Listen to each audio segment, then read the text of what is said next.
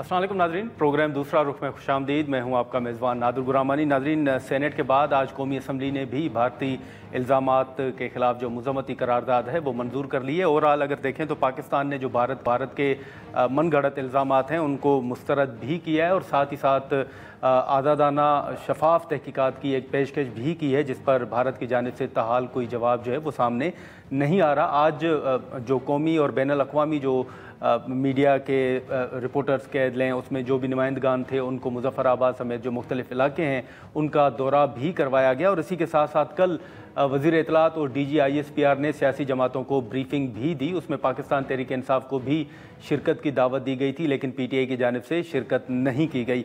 आज सदर ममलिकत आसिफ अली ज़रदारी से चीन के सफ़ीर ने, जबकि वज़ीर आज़म से बरतानवी हाई कमिश्नर ने मुलाकात भी की है। और इन मुलाकातों के दौरान भी जो पहलगाम वाक़या है उस पर जो पाकिस्तान का मौक़िफ़ है, उस मौक़िफ़ से बरतानवी हाई कमिश्नर और चीन के सफ़ीर को आगाह किया गया।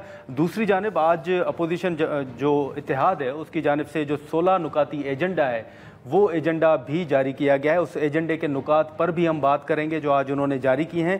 इस वक्त वज़ीर ममलिकत हुज़ैफ़ा रहमान साहब और कादिर मंदोखेल साहब पीपल्स पार्टी के सीनियर हैं, उन्होंने हमें ज्वाइन किया, उनसे गुफ्तगू करते हैं। हुज़ैफ़ा साहब, आपसे शुरू करेंगे। इस वक्त जो सूरत हाल है, जो एक भारत और पाकिस्तान के दरमियान जो टेंशन है, उस हवाले से एक मौक़िफ़ तो वाज़ेह पाकिस्तान का, लेकिन ओवरऑल आप क्या देख रहे हैं कि मामलात किस तरह आगे जाएंगे? सेनेट के बाद आज कौमी असम्बली ने भी मज़म्मती करारदाद जो है वो मंजूर की है। PTI को शिरकत की दावत दी गई लेकिन उन्होंने शिरकत नहीं की।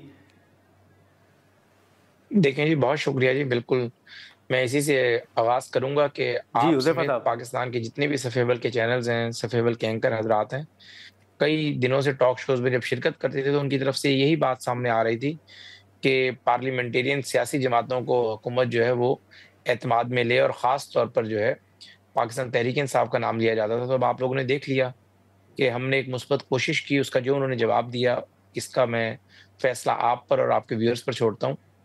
जबकि बाकी जो सूरत-ए-हाल है, देखें जी, पाकिस्तान का एक मौक़िफ़ है। पाकिस्तान हमेशा अमन की बात करता है और पूरी दुनिया में जहाँ भी कोई इंसान की मौत हो, वो चाहे दहशतगर्दी से हो, तो वो उसको पाकिस्तान ने हमेशा कंडेम किया है। और पाकिस्तान तो खुद दहशतगर्दी से मुतासिर हुआ है। पूरी दुनिया जानती है कि हमने 80 से 90 हज़ार जो है जानों की कुर्बानियाँ दी हैं इसी वॉर अगेंस्ट टेररिज़्म में। और सिंस 2000 जब 9/11 हुआ, उसके बाद पाकिस्तान जो है हमेशा से पूरी दुनिया का इत्तेहादी रहा। सिर्फ़ मग़रिब नहीं, मग़रिब के ममालिक में अमेरिका, बरतानिया, नेटो बनी। उसके अलावा गल्फ़ के ममालिक की भी अख़लाक़ी सपोर्ट हासिल थी उस इत्तेहाद को। तो पाकिस्तान ने दहशतगर्दी के ख़िलाफ़ एक बहुत बड़ी जो है कंट्रीब्यूशन पाकिस्तान का है। तो इस हवाले से पाकिस्तान की अब भी ये ख़्वाहिश है कि अगर दुनिया में कहीं दहशतगर्दी हुई है, तो उसकी शफ़ाफ़ तहक़ीक़ात होनी चाहिए। और पाकिस्तान उसको कंडेम करता है और पाकिस्तान बार-बार अमन की बात कर रहा है। लेकिन अगर कोई हमारी अमन की बात को हमारी कमज़ोरी समझता है और वे समझता है कि शायद वो हमारी अमन की बात को लेकर जो है हमें अपने मुँह में डालने की कोशिश करेगा, तो ऐसा हरगिज़ नहीं है। पाकिस्तान एक न्यूक्लियर स्टेट है। पाकिस्तान की जो मुसल्लह आर्मी है, दुनिया की बेहतरीन अफ़वाज में इसका शुमार होता है। और जब भी पाकिस्तान पर, चाहे वो कुदरती आफ़त की सूरत में हो या पाकिस्तान की सिक्योरिटी लॉ एंड ऑर्डर की सूरत में हो, तो पाकिस्तान की अफ़वाज ने हमेशा ये बताया कि वो दुनिया की बेहतरीन और वेल ट्रेन्ड एक आर्मी है। तो अगर ज़ाहिर है पाकिस्तान की सालमियत पर, पाकिस्तान की खुद मुख्तारी पर ज़रा-सी भी कोई आँच आएगी या कोई वायलेशन करने की कोशिश करेगा, तो यहाँ से इंतहाई सख्त और मुँह तोड़ जवाब दिया जाएगा। तो इस हवाले से पूरी दुनिया को क्लियर किया है। तो आज जिस तरीके से आप बता रहे थे, हाँ। चीन के सफ़ीर आए, चीन की वज़ारत ख़ारिजा से भी राब्ता पाकिस्तान का हुआ था और चीन के वज़ीर ख़ारिजा उनकी जी। मेहरबानी की, उन्होंने कैटेगोरिकली कहा कि हम पाकिस्तान के साथ हैं और whatever the circumstances and whatever the consequences, हम पाकिस्तान की गवर्नमेंट के साथ खड़े होंगे। इसी तरीके से टर्की के एम्बेसडर प्राइम मिनिस्टर साहब को मिले, उन्होंने भी इसी तरह के जज़्बात प्रेज़िडेंट रजब तैयब एर्दोगान साहब की तरफ से पहुँचाए। तो अब भी सूरत-ए-हाल जो है, ज़ाहिर है भारत को अंदाज़ा हो गया है कि जिस तरीके से उसने पूरी दुनिया में दहशतगर्दी की है और ये एस्टेब्लिश्ड है, जिस तरीके से कनाडा के अंदर और कनाडियन गवर्नमेंट ने कहा कि आप, भारत जो है वो स्टेट ओन्ड दहशतगर्दी में मुलव्विस है, वहाँ पर सिख रहनुमाओं का कत्ल हो। बलूचिस्तान की मिसाल सामने है, पूरी दुनिया जानती है कि कुलभूषण यादव की गिरफ्तारी और फिर वो सारे प्लान्स सारी दुनिया को दिखाए गए। और अब जाफ़र एक्सप्रेस का वाक़या, तो बेसिकली ये भारत की एक आदत है कि जो काम ये खुद कर रही होती है, वही इल्ज़ाम दूसरों पे धर रही होती है।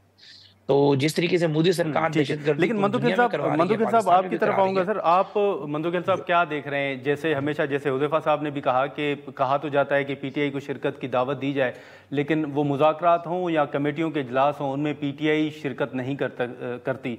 कल की जो ब्रीफिंग थी, आप क्या समझते हैं? आज जो करारदाद चलें वो तो मुत्तफ़िका तौर पर ऐवान ने मंजूर की है, लेकिन इस तरह के इजलास आपकी नज़र में कितने अहम हैं और पीटीआई को आप समझते हैं कि अपने रवैये में तब्दीली लाना होगी?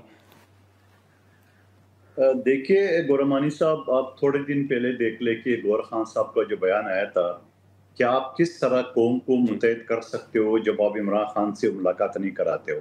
तो पहले धमकी तो उसने वहाँ दे दी है, ठीक है ना। फिर मुख्तलिफ इनके लोग जो ना मुख्तलिफ बातें करते हैं, उसमें कोई शक नहीं है, लेकिन मैं कहता हूँ कि जो इस वक्त सूरत हाल है पाकिस्तान का, तो ऐसी सूरत हाल में तो उनको हुकूमत के साथ और मोदी के खिलाफ खड़े होना चाहिए। चीन जो हमारे साथ है, बरतानिया जो हमारे साथ है, या यूएई हो गया, सऊदी अरब हो गया, तुर्की हो गया, बहुत सारे ममालिक, इवन कि अमेरिका ने भी मतलब हमारे खिलाफ बयान नहीं दिए, बल्कि ये दोनों मुल्कों को एडवाइस की है कि वो आपस में मसले को हल कर दे। तो इसका मतलब ये है कि पाकिस्तान का साथ है, क्योंकि पाकिस्तान ने बड़ा अच्छा उनके सामने एक पता रखा कि भाई आप इंक्वायरी करो, और मैं कहता हूँ पता नहीं, एक हकीकत भी है। तो इस वजह से कि आपका अगर मुझ पे कोई शक होगा तो मैं आपको ऑफर करूंगा कि भाई आपको इंक्वायरी करा दे। तो जब आप इंक्वायरी पे नहीं आएंगे और अपनी बात पे बजिद हो कि भाई मेरी बात मान ले, मंदोखेल ने मेरे साथ ये ज्यादती की है, ये ज्यादती की है, उसको तो कोई नहीं मानेगा। जब मैं आपके सामने दोहराऊंगा कि भाई आप दुनिया की किसी अदारे से इंक्वायरी कराओ, यूएन से कराओ, किसी मनपसंद न्यूट्रल मुल्क से कराओ, वगैरह वगैरह, तो मैं समझ रहा हूँ कि वहां जाके जो इंडिया है वो बुरी तरह से फंस गया है। और साथ साथ पाकिस्तान ने बड़ी अच्छी जो स्ट्रेटजी उन्हें की है, जहां बॉर्डर की जो हमारे इजला है वहां जो मशकें शुरू किए हैं, और कल 150 माइल का जो मिसाइल था, इससे पहले 450 का था। तो ये सारी चीजें इंडिया को अच्छी तरह पता है कि ये सारी चीजें हमारी लिए की जा रही है। तो हम तो अस्सीन चढ़ा चुके हैं पूरा का पूरा, सिर्फ हमारी फौज नहीं, 25 करोड़ आवाम जो है ना वो समझ लो सिविल वर्दी में एक फौजी है जो हिंदुस्तान के सामने खड़ी होगी। और मोदी की जो ये गंदी सोच है या जो बुज़दिलाना धमकी है, ये तो हम तो इंतजार करो, शायद पाकिस्तानी दुनिया का पहला कौम है जो जंग के लिए जो ना बकायदा कहते हैं करो ना। कब करो जंग? ये ड्रामाबाजी क्यों कर रहे हो? करो ना जंग। वो कभी पानी छोड़ता है, कभी पानी बंद करता है, यही हरकतें कर सकते हो और कुछ भी नहीं कर सकते वो। लेकिन अब हुज़ैफ़ा साहब, एक तो जैसे हमने 16 नुकात का जिक्र किया, आज जो 16 नुकात जारी किए गए हैं अपोजिशन इत्तेहाद की जानिब से, उसमें कहा गया है कि अपोजिशन को पुरअमन एहतजाज और सियासत की इजाज़त दी जाए, और उसके साथ साथ जो हाई कोर्ट के जजेज़ हैं उनके ऊपर मुबैना तौर पर जो दबाव है वो ख़त्म किया जाए, सियासी कैदियों बानी पीटीआई समेत उनके जो केसेस हैं वो ख़त्म किए जाएँ। बाकी भी जो नुकात हैं इंटरनेट की बहाली के हवाले से, आप इन नुकात को किस तरह देख रहे हैं? जी, बहुत शुक्रिया जी। मैं अपने भाई सेनेटर साहब की बात को आगे बढ़ाऊँगा। उन्होंने बिल्कुल ठीक कहा कि पाकिस्तानी फ़ौज 6, 7, 8 या 15 लाख नहीं है, बल्कि जितने भी बच्चों को अगर आप निकाल दें 25 करोड़ में से और औरतों को, तो उसके अलावा 15, 16, 17 करोड़ जितने भी लोग हैं, वो सारे पाकिस्तान की फ़ौज हैं और पाकिस्तान की सालमियत और पाकिस्तान के दिफ़ा के लिए हमा वक़्त हाज़िर हैं। चाहे मैं मिनिस्टर हूँ, चाहे सेनेटर साहब हों, चाहे आप एंकर हों, ये हमारे जज़्बात हैं। देखिए, दूसरी बात जो आपने तहरीक-ए-इंसाफ़ की है, देखिए इस तरह के एलामिया जब से तहरीक-ए-इंसाफ़ मैं समझता हूँ कि सियासी तौर पर मर्ज़ वजूद में आई, फिर मुशर्रफ का ही रहा था, और अगर आप 2010-11 की बात करें, तब से ये जमात एहतजाज पर है, तब से ये जमात ब्लैकमेलिंग और इस तरह के मुतालबात पर है। कोई इसका पॉलिटिकल कंट्रीब्यूशन नहीं है आपके पॉलिटिकल सिस्टम में। अब यानी पूरी कौम एक बात पर मुत्तफ़िक है। ज़ाहिर है भारत हमारा एक रिवायती हरीफ है, सेनेटर साहब जिस तरीके से अभी फरमा रहे थे, हमारे जो जज़्बात हैं पूरी कौम के, ऐसे में आप अपनी पॉलिटिकल मामलात इस तरह की चीज़ें पेंडिंग भी रख सकते हैं। लेकिन इस तरह के नुकात और इस तरह की चीज़ें मैं समझता हूँ कि इसमें किसी का नुकसान नहीं कर रही। पाकिस्तान तहरीक-ए-इंसाफ़ पाकिस्तान के सियासी सिस्टम से खुद को आहिस्ता-आहिस्ता साइड पर करती जा रही है, और यानी मुख्तलिफ सियासी जमातें होती हैं, वक़्त पीपल्स पार्टी पर भी आया, मुस्लिम नून पर भी आया, रेजीम चेंज हो जाते हैं, नई क़यादत आ जाती है, बाकी चीज़ें आ जाती हैं, तो ज़ाहिर है आपके लिए एक पॉलिटिकल स्पेस निकल आती है। लेकिन मैं समझता हूँ, आज मैं इधर मिस्र में हूँ, मैं बैठे सोच रहा था कि जो कुछ तहरीक-ए-इंसाफ़ कर रही है, जिस तरह की हरकत कर रही है, इनका हर एक्शन जो है पाकिस्तान में जो भी हुकूमत हो या जो भी रेजीम हो, सबके लिए अपने आप को नाकाबिले कबूल बना रही है। यानी अब देखें भारत से आपकी टेंशन चल रही है, ठीक है। ऐसी सूरत हाल में आपको पार्लियामेंट हुज़ैफा साहब अगर इजाजत दें तो हम यहाँ पर एक मुख्तसर सा ब्रेक लेते हैं। शायद खटक साहब ने भी हमें ज्वाइन किया है, तो हम ब्रेक के बाद यहीं से गुफ्तगू को आगे बढ़ाते हैं।